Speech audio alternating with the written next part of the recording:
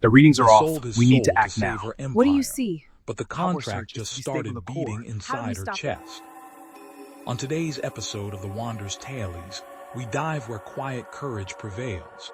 Hidden truths and hearts so bold, stories of fear left untold. If this calls to you, don't delay, subscribe, tap the bell, and stay with us. Thank you. The humidity in the Lagos boardroom was an intentional insult, a heavy, damp shroud that clung to Chitty's bespoke suit like a second, failing skin. Through the floor-to-ceiling windows of the 40th floor, the Atlantic Ocean looked like beaten lead, gray and unforgiving under a sun that refused to set. Across the mahogany table, polished so bright it looked like a pool of dark water, sat the representatives of the Obsidian Circle. They didn't breathe in unison, and their eyes held the flat, matte quality of unlit coal. Zuri sat at the head of the table, her face a mask of regal desperation, the once indomitable CEO of Ethelgard now reduced to a ghost in her own empire. The air smelled of ozone and ancient parchment, a scent that shouldn't exist in a building powered by 3 massive diesel generators vibrating in the basement. Chitty looked at the document before him. It wasn't paper. It was something thinner, more translucent, shimmering with an iridescent sheen that made his stomach turn. He knew the numbers: $3 billion in debt, a hostile takeover imminent, and Zuri's legacy, her father's sweat and her own blood, about to be auctioned off to men who looked like they hadn't eaten a meal in a century. He looked at her, and for a fleeting second the mask slipped, showing the terrified girl he'd protected in the red dust of their village years ago. That look was the only ink he needed. He reached for the pen, a heavy obsidian instrument that felt unnaturally cold, as if it were drawing the heat directly from his marrow. As his fingers closed around the barrel, the ambient noise of the city, the honking danfos on the bridge below, the distant cry of a street hawker, the hum of the air conditioning, dropped into a sudden vacuum-like silence. The silence wasn't empty. It was heavy, pressing against his eardrums until they throbbed. He looked at the line marked with a crimson X and began to write his name. The moment the nib touched the surface, the pen didn't just scratch. It let out a high-pitched, subsonic wail that vibrated through his bones, a sound of metal being torn or a child screaming in a far-off room. He felt a sharp, icy needle prick in the center of his chest, a sensation of something being unspooled from his very core. Across the table, the lead representative leaned forward, a thin, predatory smile stretching skin that seemed too tight for his skull. Zuri let out a breath she seemed to have been holding for a lifetime, her eyes brightening with a sudden, unnatural vitality. Chitty finished the final loop of his signature, and as he lifted the pen, a single drop of black ink fell onto the mahogany, sizzling as it ate through the wood. He tried to stand, but his legs felt like they belonged to someone else, distant and numb. The deal was done. Ethelgard was saved, but as Chitty looked into the mirror on the far wall, he noticed with a jolt of pure terror that his eyes no longer cast a reflection. The morning after the signing, Lagos felt different, sharper, louder, as if the volume of reality had been turned up to a punishing level. Chitty woke up in his Lekki penthouse to the sound of his own heart, but it didn't sound like a pulse. It sounded like a clock ticking underwater, rhythmic and hollow. When he checked the financial news, Ethelgard's recovery was being hailed as a secular miracle. Stocks had rebounded by 400% in a single trading session, and a massive, anonymous sovereign wealth fund had cleared their debts overnight. But when Chitty tried to brush his teeth, he stared into the bathroom mirror for 10 minutes, unable to recognize the man looking back at him. He knew the facts: Chitty Okoro, 34, Chief Financial Officer, but the emotional connection to those facts was gone, like reading a biography of a stranger. He felt a strange, phantom weight in his chest, a sense of hollowness where his convictions used to reside. His apartment, filled with expensive art and Italian furniture, felt like a movie set he had wandered into by mistake. The air smelled of Zuri's perfume, sandalwood and expensive rain, even though she hadn't been there in months. It was then he noticed the first bruise, a perfectly circular violet mark right over his sternum, pulsing in time with that distant, underwater clock. He arrived at the office to find a carnival of corporate triumph. Staff were popping champagne in the lobby, and the air was thick with the scent of success and expensive catering. Zuri was in the center of it all, glowing with a radiance that was almost frightening. Her skin looked like polished bronze, and her voice, usually hushed by the weight of the company's failures, now carried across the atrium with the force of a tidal wave. When she saw Chitty, she didn't embrace him with the relief of a partner. She looked at him with the predatory hunger of a lioness observing a wounded gazelle. She thanked him, her hand brushing his arm, and where she touched him, he felt a searing heat that left a faint trail of steam. As the day progressed, the agony mentioned in the contract's subtext began to manifest. Every time Zuri closed a new deal or signed a partnership, Chitty felt a piece of his history vanish. He tried to remember the name of the school he attended in Enugu, but the memory was a blurred smudge. He tried to recall his first kiss with Zuri under the mango tree, but the image was gray, the faces wiped clean. By sunset, he realized the terrifying mechanics of the bargain. Ethelgard wasn't being saved by money. It was being fueled by the substance of his life. He wasn't just the architect of the deal. He was the currency. And as he watched Zuri laugh from her glass balcony, he realized she wasn't just aware of the cost. She was savoring the flavor of his sacrifice. The transformation of Ethelgard was not merely a financial recovery.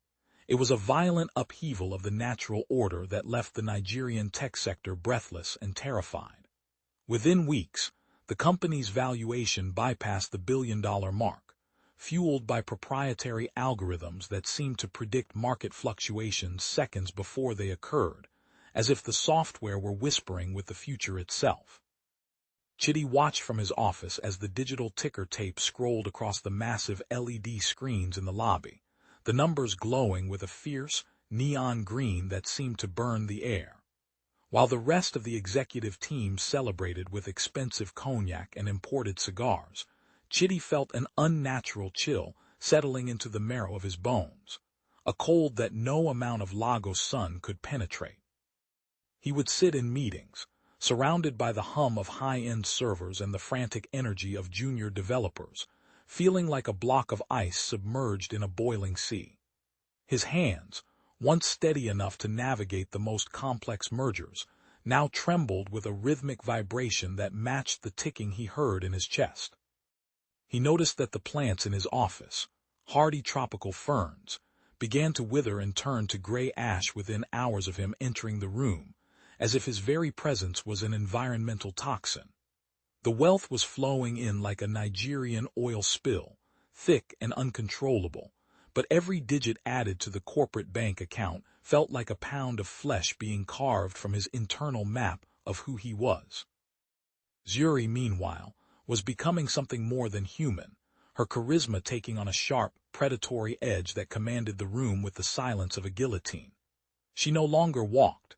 She glided through the corridors of Ethelgard with a terrifying grace, her eyes reflecting the glowing green of the stock tickers like a cat in the dark.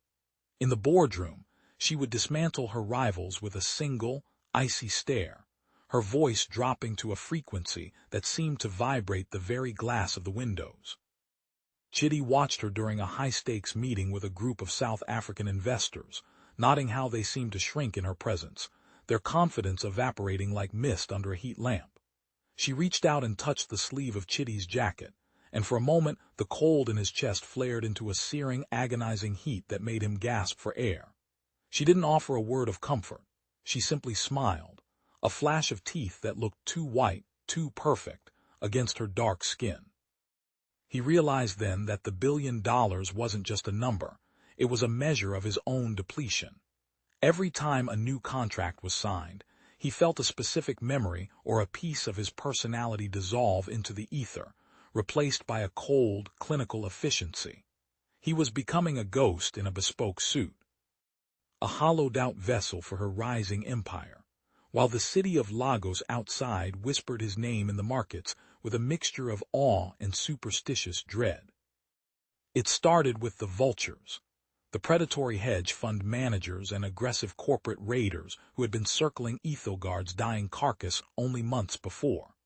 One by one, The men who had threatened Zuri's legacy began to vanish from the social registries and the high society parties of Ikoi, replaced by a lingering sense of unease that hung over their empty offices. Chitty would see them in the lobby of the Ethelgard Tower just before they disappeared, men with panicked eyes, sweating through their silk shirts, waiting for meetings that would never happen. They weren't being escorted out by security. They were being absorbed by the building itself, their presence fading into the shifting shadows of the marble hallways. Chitty would stand on the mezzanine, watching as a rival CEO entered the elevator accompanied by two of the Obsidian Circle's accountants, men whose faces remained blurred no matter how hard he tried to focus on them. When the elevator doors opened again, only the accountants would step out, their pockets heavier, their expressions as flat and unreadable as a tombstone. The city began to whisper that Chitty was the architect of these disappearances, a dark sorcerer of the spreadsheets who could delete a human life as easily as a line of bad code. He wanted to scream that he was a victim, too, but the words felt like dry sand in his throat, and the more people feared him, the more substantial his shadow seemed to become, even as his body felt increasingly translucent. The lobby of the Ethelgard building became a place of atmospheric haunting, where the air felt thick with the static of unspoken threats and the scent of ozone. Chitty began to notice that the janitorial staff refused to clean certain corners of the ground floor, claiming that the shadows there moved independently of the light sources. He spent his nights wandering the empty halls, listening to the building breathe, a low, mechanical sigh that sounded suspiciously like a human moan stretched over 1,000 years. He saw figures in the periphery of his vision, tall and thin with elongated limbs, standing near the water features or lurking behind the massive pillars of the atrium. Whenever he turned his head to confront them, they were gone, leaving behind only a faint, rhythmic thumping that vibrated through the soles of his shoes. He realized that the Obsidian Circle hadn't just invested in the company. They had turned the office into a predatory organism that fed on the ambitions and lives of anyone who dared to stand in its way. Zuri seemed oblivious to the horror, or perhaps she was the one directing it, her laughter echoing through the empty lobby at midnight like the sound of breaking glass. Chitty felt the walls closing in, the geometry of the building shifting subtly every day to ensure that he could never find the exit, trapping him in a loop of corporate success and metaphysical starvation that felt like a beautifully gilded cage. The most terrifying part of the bargain wasn't the cold or the shadows. It was the slow, methodical erasure of Chitty's internal history, a digital format of his soul that left no backup. One Tuesday morning, he stared at a photograph on his desk of an elderly woman in a vibrant geal, her face etched with a kindness that should have triggered a flood of warmth. He knew, intellectually, that this was his mother, the woman who had worked 3 jobs in Enugu to send him to university, but the emotional tether had been severed. He looked at her eyes and felt nothing, no love, no nostalgia, not even a flicker of recognition, just the cold realization that a vital piece of his humanity had been traded for a quarterly profit. He tried to say her name out loud, but his tongue felt heavy and clumsy, the syllables dissolving into a series of clicks and whistles that sounded more like a modem than a man. By the end of the week, he had forgotten the taste of his favorite jollof rice, the smell of the rain hitting the dry earth in the village, and the sound of his father's laughter. He was becoming a man made of data, a collection of professional accomplishments and strategic maneuvers with no foundation of personal joy to hold him together. He looked in the mirror and realized he was literally losing color, his skin turning a dull, ashen gray that made him look like a charcoal sketch of his former self. The erosion extended to his very identity, his name becoming a sound he could no longer associate with his own physical presence.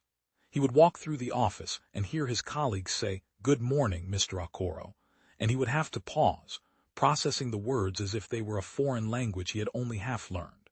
He felt like a ghost haunting his own life, a spectator to the meteoric rise of Chitty Okoro, the Lion of Lagos Tech.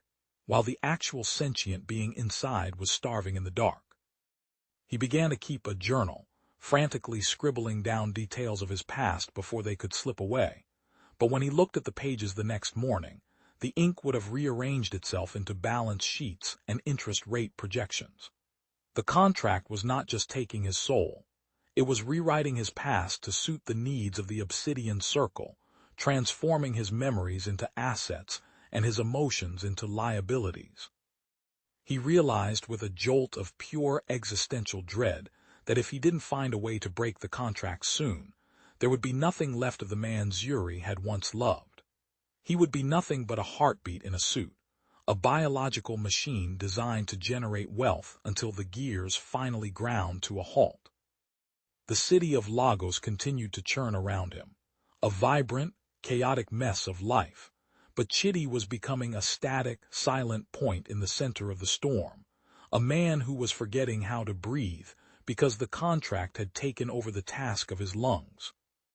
The sound began to haunt Chidi's dreams before it ever manifested in his waking life, a steady, biological thump-thump that cut through the white noise of the Lagos night. It was a sound that didn't belong in a world of silicon and steel, a wet, organic rhythm that felt like it was coming from inside the walls of his office. Driven by a desperate, lingering instinct, he returned to the Ethelgard Tower at 3:00 a.m., the city below a carpet of amber lights and flickering neon. He bypassed the security protocols, his fingers moving over the keypads with a muscle memory that his mind no longer possessed, until he stood in Zuri's private sanctum. The air here was different, thicker, smelling of ancient copper and expensive rosewater, and the thumping was now so loud it vibrated the glass of her water carafe. He followed the sound to a nondescript section of the wood-paneled wall, where the rhythm was most intense, a physical pressure that pushed against his chest. As he pressed his ear to the mahogany, he could feel the heat radiating from behind the wood, a warmth that was entirely absent from his own body. It was then he realized that the safe wasn't a piece of hardware. It was a cavity in the very skeleton of the building, a heart hidden in the architecture of the empire he had built with his own damnation. He spent hours searching for the mechanism, his hands trembling as he traced the grain of the wood, looking for a seam or a hidden latch. The thumping grew more frantic the closer he got, as if the thing inside the wall recognized his presence and was desperate to be reunited with its host. When he finally found the pressure point, a small recess not in the wood, the panel slid back with a sound like a long-suppressed sigh, revealing a safe made of the same iridescent obsidian as the contract pen. There was no keypad, no biometric scanner. The lock was a simple, circular depression the size of a human palm. Without thinking, Chidi placed his hand over the circle, and the cold that had defined his life for months was replaced by a jolt of electricity that nearly knocked him unconscious. The door didn't click open.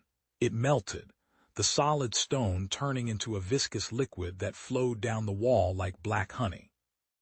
Inside the safe, there was no money, no documents, no evidence of corporate malfeasance. There was only a pulse of light, rhythmic and insistent, illuminating the dark interior with a sickly, violet hue. He leaned in, his breath hitching in his throat, and heard the undeniable sound of a human heartbeat.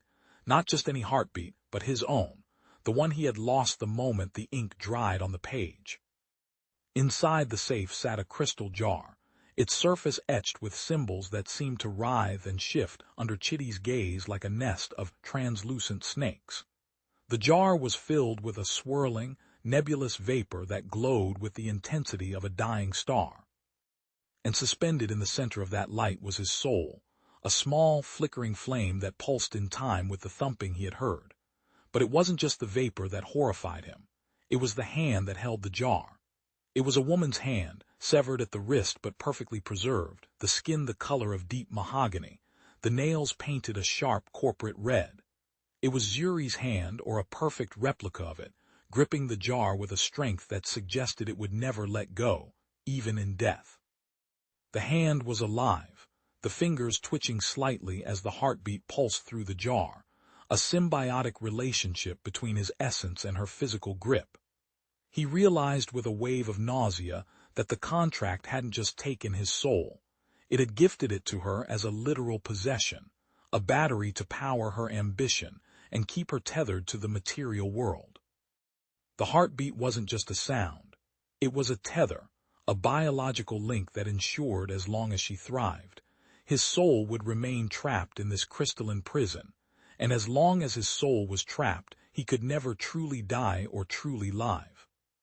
He reached out to touch the glass, but the air around the jar was electrified, a field of static that burned his fingertips and sent a shock of recognition through his nervous system. The moment his skin made contact with the air near the jar, a flood of memories returned with the force of a physical blow. The smell of Zuri's hair during their first rainy season in Lagos, the weight of his mother's hand on his shoulder, the exact taste of a cold Star beer after a long day in the sun. The memories were vivid but painful, like salt being rubbed into an open wound, and they vanished the moment he pulled his hand away. He stood in the dark office, weeping tears that felt like liquid lead, realizing the cruelty of the heartbeat clause. He was being kept alive just enough to feel the loss of his life, a conscious ghost tied to a trophy in a safe. The hand in the jar shifted its grip, the fingers tightening around the crystal, as if sensing his attempt to reclaim himself.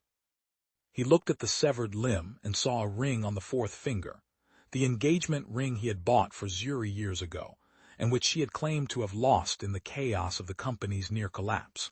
She hadn't lost it.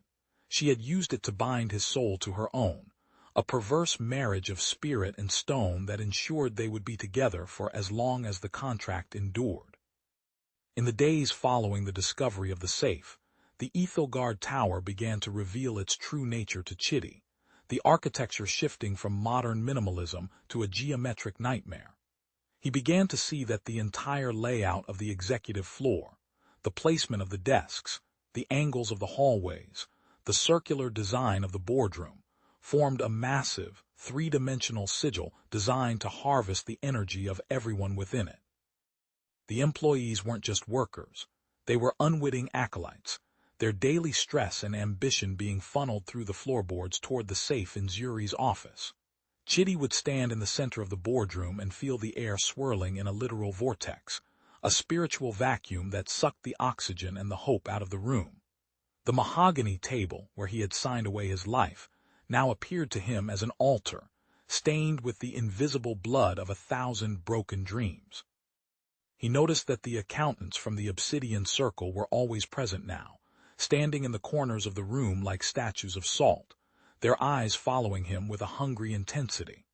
They didn't speak, but their presence was a constant reminder of the debt he owed and the impossibility of his escape.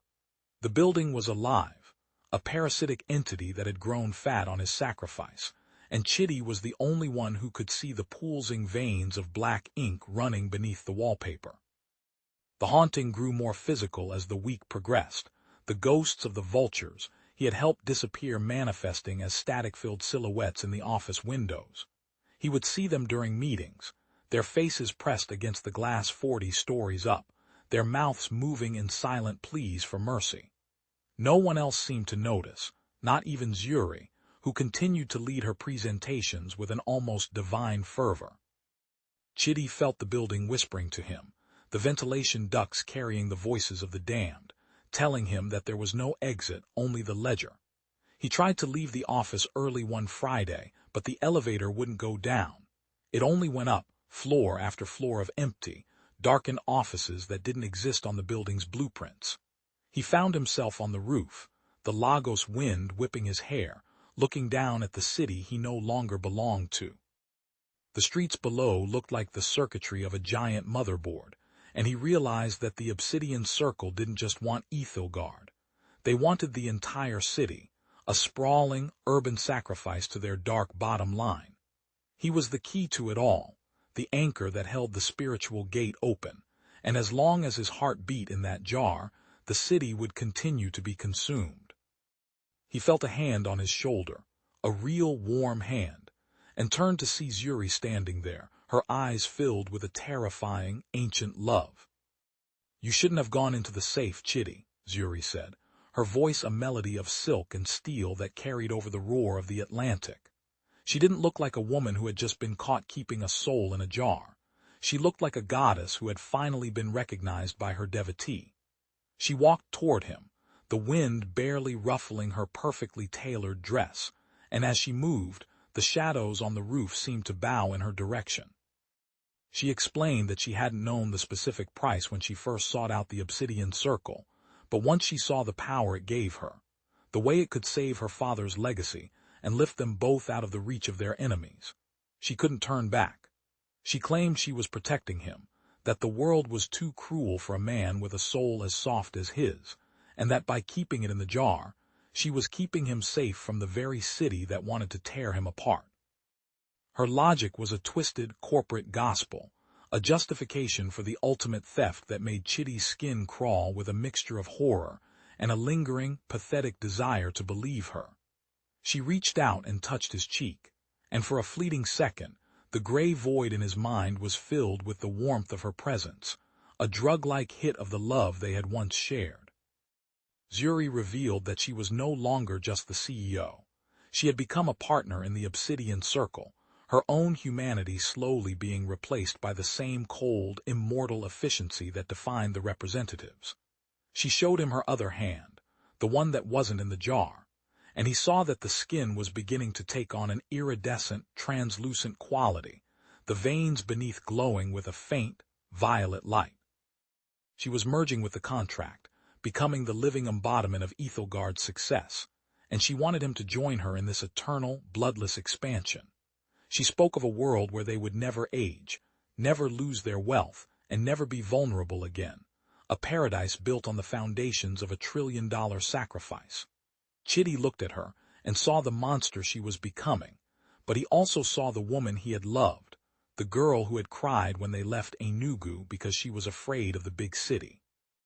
That girl was still there, trapped behind the violet glow of her eyes, a prisoner of her own ambition just as he was a prisoner of his sacrifice. He realized that the only way to save her was to destroy the very thing he had given his life to build, but the contract was a living thing, and it would not allow its most valuable asset to be liquidated without a fight. As the moon rose over the Lagos Lagoon, Chitty's mind was suddenly pulled backward, the barrier of the contract momentarily thinning under the weight of Zuri's presence. He was no longer on a rooftop in Victoria Island. He was back in the red dust of Enugu, 20 years ago, standing under the massive mango tree behind Zuri's father's house. The heat was natural here, the smell of wood smoke and roasting corn filling his senses with a visceral intensity that made him gasp. He remembered the original sin, not the contract he signed in the boardroom, but the promise he had made to Zuri when they were teenagers, watching her father's business crumble under the weight of corrupt rivals and bad luck. He had taken her hand and sworn that he would do anything, give anything, to make sure she never felt that kind of helplessness again. It was a boy's boast, a romantic gesture fueled by the fierce, protective love of youth, but the universe had been listening. The Obsidian Circle hadn't found him by accident. They had been drawn to him by the sheer weight of that ancient, desperate vow. He realized that he had been selling his soul to her long before he ever met the men in the dark suits, one small sacrifice at a time, until the contract was merely the final, formal accounting of a debt he had been accumulating for decades. In the flashback, Zuri had looked at him with an intensity that should have warned him, her eyes already searching for a way out of the poverty that threatened to swallow her whole. She had asked him, even if it means the end of us, and he had answered yes, without understanding the literal weight of the word. That yes was the invisible ink that had made the corporate contract possible, the spiritual collateral that the Obsidian Circle had used to bridge the gap between their world and his. The memory was a revelation and a curse, showing Chitty that he wasn't just a victim of corporate greed. He was the architect of his own downfall, driven by a love that was too big and too blind for his own good. He saw the younger version of himself, full of light and hope, and wanted to scream a warning across the years, but the memory was a locked room, and he was only a spectator. As the vision faded and the skyline of modern Lagos rushed back in, Chitty felt a new kind of resolve. If his love had created this nightmare, Then his love was the only thing that could tear it down. But the heartbeat in the safe was getting louder. A drumbeat of war that signaled the obsidian circle was no longer content to stay in the shadows of the boardroom. Terrified by the depth of Zuri's transformation and the weight of his own memories, Chitty decided to flee. He waited until the early hours of Monday morning, when the city was at its most chaotic and the shadows were longest, and slipped out of his penthouse with nothing but a burner phone and a stack of cash. He jumped into his car and roared toward the third mainland bridge, desperate to lose himself in the sprawling, chaotic heart of the mainland, where the obsidian circle's influence might be diluted by the sheer volume of human struggle. But as he crossed the bridge, the lagoon below him began to churn with an unnatural black tide, and the lights of the city started to warp and stretch like a fever dream. He drove for hours, his foot pressed to the floor, but no matter which exit he took, no matter how many side streets he navigated in Yaba or Surulur, the skyline always reset. He would turn a corner expecting to see the markets of Yingbo and find himself staring at the glass facade of the Ethelgard Tower, the glowing green ticker tape mocking him from the lobby. The city had become a Mobius strip, a closed loop of urban geography designed to funnel him back to the center of the sigil. He tried to abandon the car and run on foot, weaving through the crowded bus stops and the lines of yellow danfos, but the people he passed had no faces, their features blurred into smooth gray masks.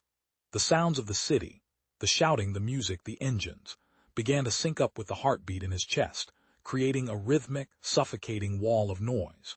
He realized with a mounting panic that he wasn't just trapped in a building. He was trapped in a reality that was being rewritten around him. The obsidian circle had turned Lagos into his personal purgatory, a vanity project where every street led back to his desk, and every person was a ghost in the machine. He collapsed on a sidewalk in what should have been Aikja, only to look up and see the shadow of the Ethelgard Tower falling over him like a giant's hand. The world itself was conspiring to keep him in his place, a vital component in a global machine that could not function without his suffering. As the sun began to rise, a sickly, violet orb in a gray sky, Chitty realized that there was no outside left for him to run to. The only way out was through the heart of the contract, and that meant going back to the woman who held his soul in a jar and asking her for the one thing she was no longer capable of giving: mercy. Desperate to escape the geometric prison of Victoria Island, Chitty hired a fisherman to take him into the heart of Makoko, the floating city that sat on the black, stagnant waters of the Lagos Lagoon.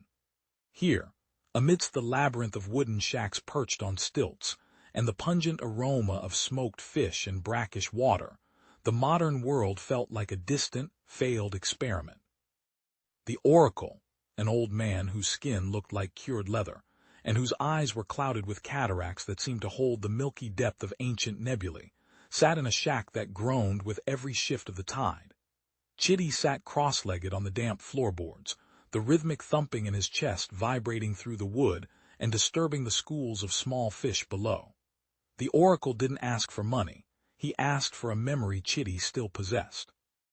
With a trembling voice, Chitty spoke of the smell of rain hitting the dry earth in Enugu, and as the words left his lips, he felt the memory vanish, traded for the old man's attention. The Oracle reached into the water, pulling out a handful of black silt that shimmered with an oily, iridescent sheen, the same sheen as the contract in the boardroom.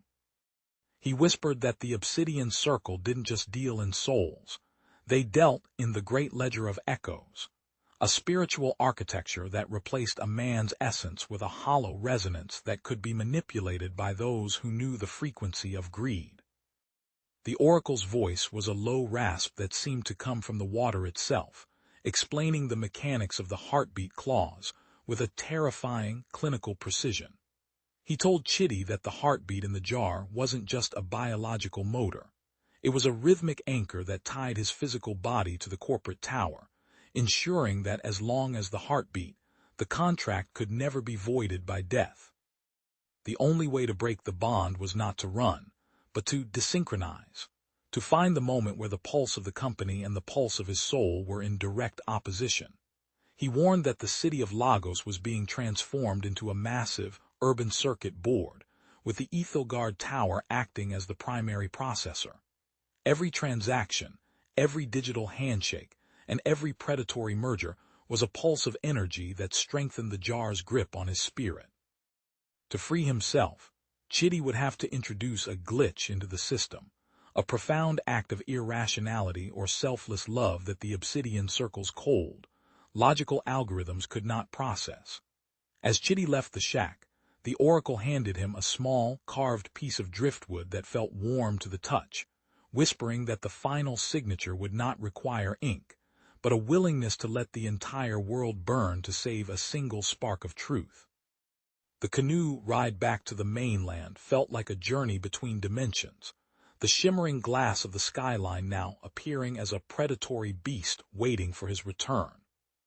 Chitty returned to the Ethelgard Tower under a sky that had turned a bruised, metallic purple, the air vibrating with a tension that made the hair on his arms stand up. As he entered the lobby, the usual white noise of the building was replaced by a voice that didn't come from speakers, but from the very bones of the structure. It was the midnight audit, the contractual mechanism for evaluating the remaining assets of his soul. The voice was a composite of 1,000 voices, investors, debt collectors, and the vultures who had vanished, and it began to read a list of his unproductive human traits. It audited his capacity for empathy, his lingering attachment to the girl from Enugu, and his stubborn refusal to fully merge with the corporate hive mind. Every time the voice cited a liability, Chitty felt a sharp, agonizing cold bloom in his chest, as if his internal organs were being replaced by blocks of dry ice. He wandered through the darkened corridors, his reflection in the glass partitions appearing more like a skeletal outline than a man, while the glowing green ticker tape on the walls began to display his current human value in real time, the numbers plummeting as the audit progressed. The building was no longer a place of work. It was a courtroom where he was both the defendant and the evidence. The audit reached its crescendo when Chitty found himself standing outside the boardroom, the doors pulsing with a rhythmic black light that matched the heartbeat in his chest. The voice of the contract began to reveal the hidden terms, the fact that Zuri hadn't just saved the company, but had been granted absolute stewardship over his existence. He heard Zuri's voice joined with the collective, a harmonious, chilling chorus that spoke of the beauty of a life without the burden of choice. The contract argued that by surrendering his soul, he had been freed from the messy, painful reality of human failure, elevated to a state of pure, profitable permanence. Chitty slumped against the cold marble wall. Realizing that the Obsidian Circle's greatest weapon wasn't fear, but the seductive promise of an end to struggle. He felt his resolve slipping, the temptation to simply stop fighting and become the ghost they wanted him to be, a silent partner in an eternal, wealthy void. But then, he felt the piece of driftwood the Oracle had given him vibrate against his palm, a small, organic heat that cut through the audit's icy logic. He realized that the contract was terrified of the one thing it couldn't quantify, the irrational, self-destructive power of a heart that refuses to be balanced. He stood up, the heartbeat in his chest momentarily skipping a beat in defiance of the building's rhythm, and prepared to enter the boardroom for the final confrontation. Driven by a new, desperate curiosity, Chitty bypassed the boardroom and headed for a private elevator that led to a sub-basement level not listed on any directory. He found himself in a space that looked less like a corporate office and more like a high-tech catacomb, the walls lined with server racks that hummed with a low, choral vibration. In the center of the room was Zuri's secret altar, a circular platform of black obsidian, surrounded by pools of what looked like dark, viscous oil. On the altar lay the Shadow Ledger, a book bound in human leather that contained the true accounts of Ethelgard's success. As he flipped through the pages, Chitty saw not numbers, but stains of blood and fragments of hair, each entry representing a life that had been consumed to fuel the company's expansion. But the most horrifying discovery was a small, silver bowl filled with Zuri's own blood, fresh and steaming in the cold air of the server room. He realized then that she hadn't just been the beneficiary of his sacrifice. She was a victim of a secondary contract. To keep the jar from shattering and his soul from being lost to the void entirely, she had been feeding the contract with her own life force, a secret penance for the deal she had initiated. She wasn't a goddess. She was a desperate woman trying to keep a dying flame alive in a hurricane. The realization hit Chitty with the force of a physical blow, shattering the image of Zuri as a predatory monster. He saw the tragic symmetry of their situation. He had sold his soul to save her legacy, and she was selling her body to save his soul. They were two ghosts haunting a machine of their own making, trapped in a cycle of mutual destruction that the Obsidian Circle found immensely profitable. He looked at the server racks and saw that they weren't just storing data. They were processing the emotional energy of the city, distilling the hopes and fears of millions into a digital nectar for the accountants. The altar was the grounding point for the entire spell, the place where the supernatural and the corporate intersected. Chitty understood that to break the contract, he couldn't just destroy the jar. He had to destroy the altar and the ledger, an act that would effectively bankrupt Ethelgard and leave them both with nothing but their tattered, broken selves.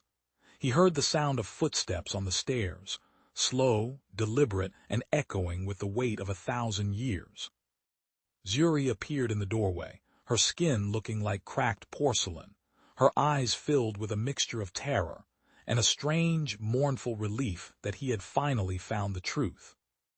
At that moment, the power grid of Lagos failed in a spectacular, synchronized collapse, plunging the city of 10 million people into a sudden, absolute darkness.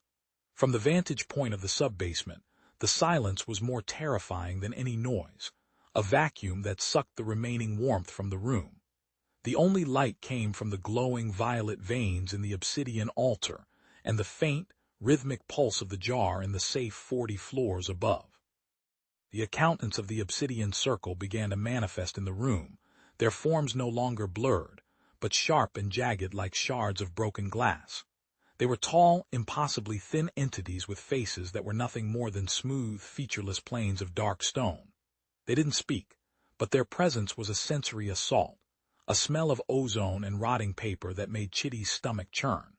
They moved towards Zuri with a predatory grace, their long, spindly fingers reaching for the silver bowl of blood. They were no longer content with a slow harvest. The city's darkness was a signal that the time for the final collection had arrived. The contract was being called due, and the price was the complete absorption of both Chitty and Zuri into the Circle's eternal, dark ledger. Chitty stepped between Zuri and the accountants, the driftwood from the oracle glowing with a faint, amber light that seemed to repel the shadows. He felt a surge of ancient, ancestral strength, a connection to the soil of Enugu and the waters of Makoko that the glass tower could never replicate.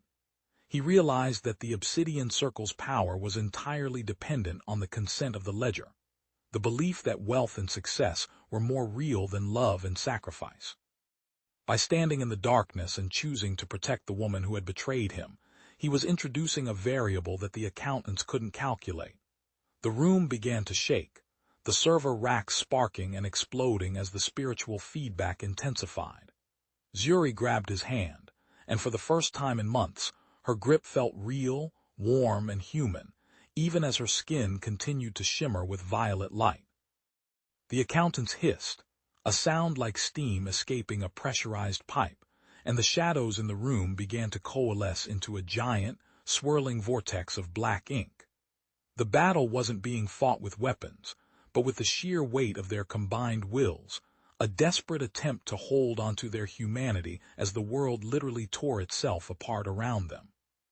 "We have to burn it all, Zuri," Chitty shouted over the roar of the spiritual vortex, his voice cracking with the effort of holding back the darkness. He grabbed the shadow ledger from the altar, the leather binding screaming in his hands as he held it over the pools of oily liquid. He realized that the liquid wasn't just oil. It was a physical manifestation of the greed that powered the tower, a highly flammable spiritual accelerant. Zuri looked at him, her eyes wide with the realization of what he was asking. To burn the ledger was to destroy Ethelgard, to erase the billions of dollars, the global influence, and the legacy her father had died to build.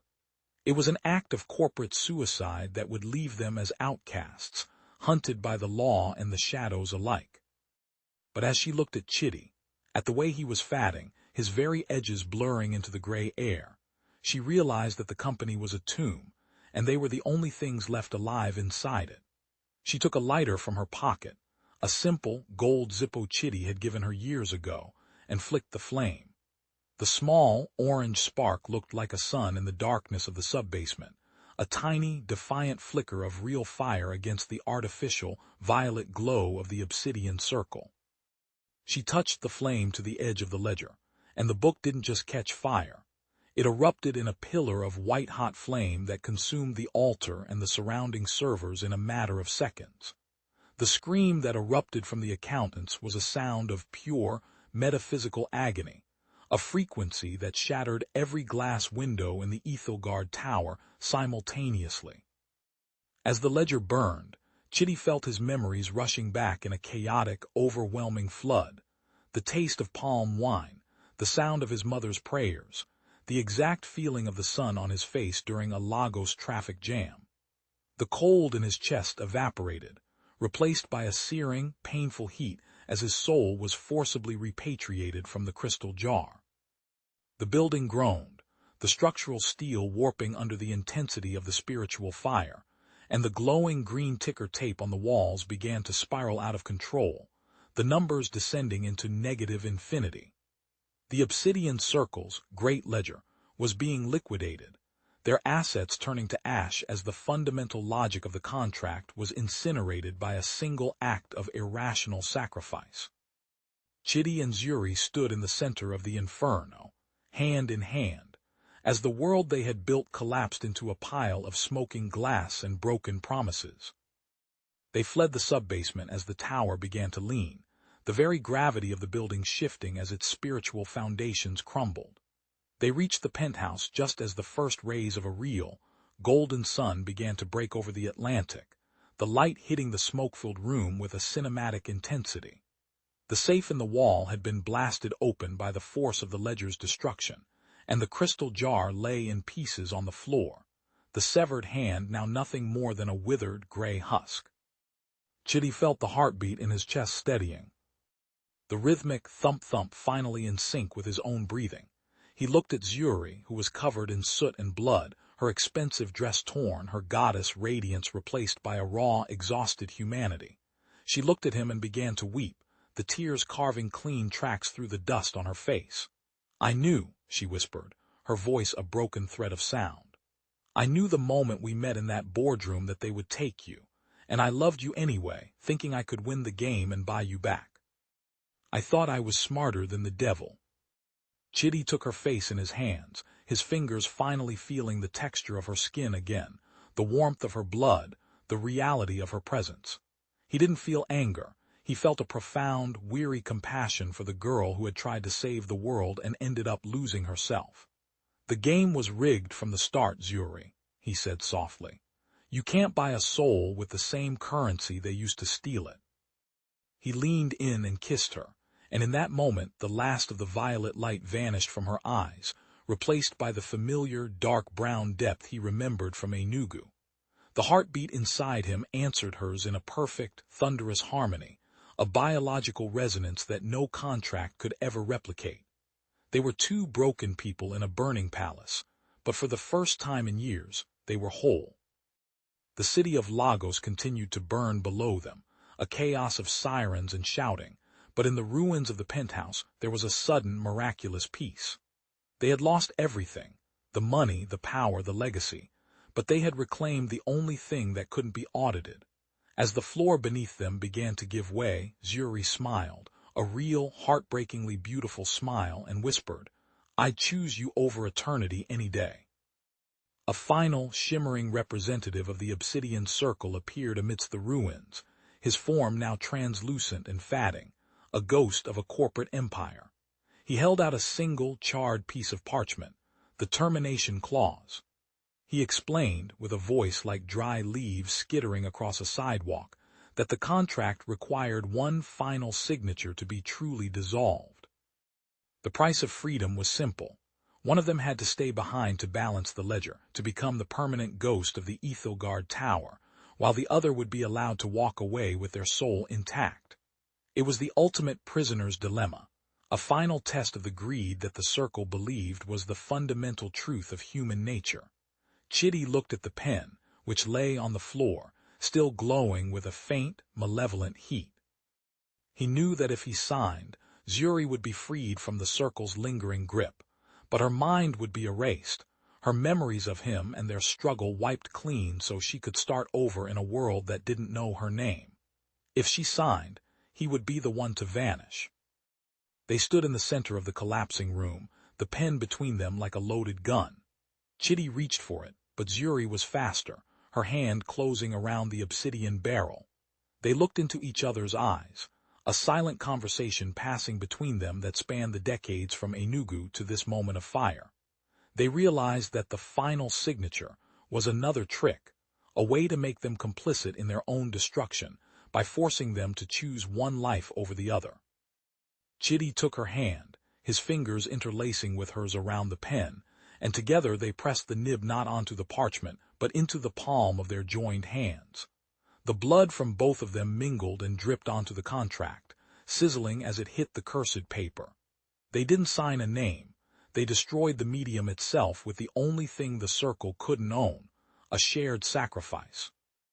The parchment erupted in a final, blinding flash of white light, and the representative of the Circle vanished with a sound of a long-drawn-out sigh, his power completely neutralized by their refusal to play the game of who survives.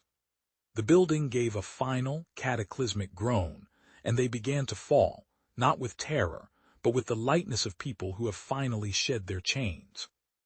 The Ethelgard Tower didn't just fall, it disintegrated, the glass and steel turning into a cloud of ash wasps that swarmed through the streets of Victoria Island, seeking out the other contracts held by the Obsidian Circle. Every predatory deal, every soul-crushing loan, and every blood-soaked merger in the city began to spontaneously combust as the source ledger was destroyed. The sky over Lagos was filled with a swirling blizzard of black soot and burning paper, a supernatural firestorm that cleansed the corporate district of its dark influence. Chitty and Zuri hit the water of the lagoon with a bone-jarring impact, the cold salt water shocking their systems back to life. As they surfaced, they watched the tower collapse into the Atlantic, a giant of glass returning to the sand from which it was made. The city was a landscape of fire and shadow, but the air felt cleaner, the heavy, oppressive static of the heartbeat claws finally gone. People were emerging from their homes, staring up at the burning sky with a mixture of fear and a strange, dawning hope, as if a long, collective fever had finally broken. They swam toward the shore of Makoko, the stilt village a dark silhouette against the orange glow of the burning skyline. The ash wasps bypassed the wooden shacks, their hunger reserved for the paper and digital signatures of the elite. Chitty felt a profound sense of lightness, as if the gravity of the world had finally let go of his shoulders. He looked at Zuri, who was treading water beside him, her face illuminated by the distant fires, and saw not a CEO or a victim, but the woman he had loved since the beginning of time. The Obsidian Circle was gone, their influence in Lagos shattered by a glitch they couldn't fix, a love that was willing to lose everything. The conflagration was more than just a fire. It was a spiritual reset for the city, a chaotic, violent rebirth that would leave the survivors to build something new from the ashes.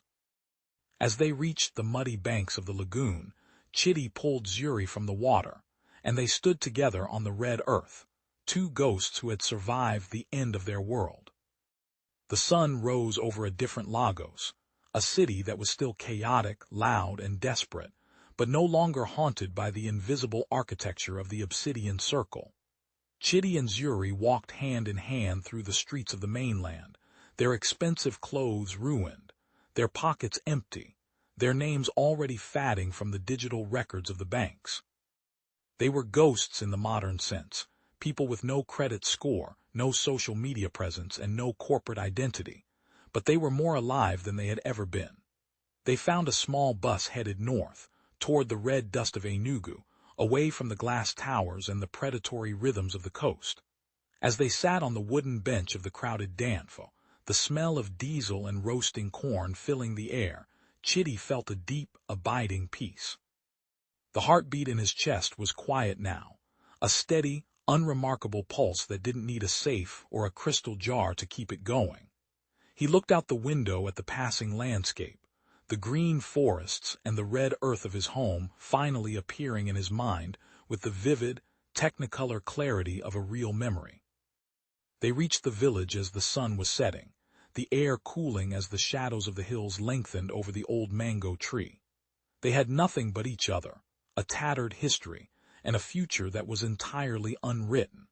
But as they walked toward the house where it had all begun, Chitty realized that the devil himself envied them, not for their wealth or their power, but for the sheer, terrifying freedom of being able to love without a contract. They sat under the tree, the same one where they had made their first, foolish vow, and watched the stars come out over the quiet hills.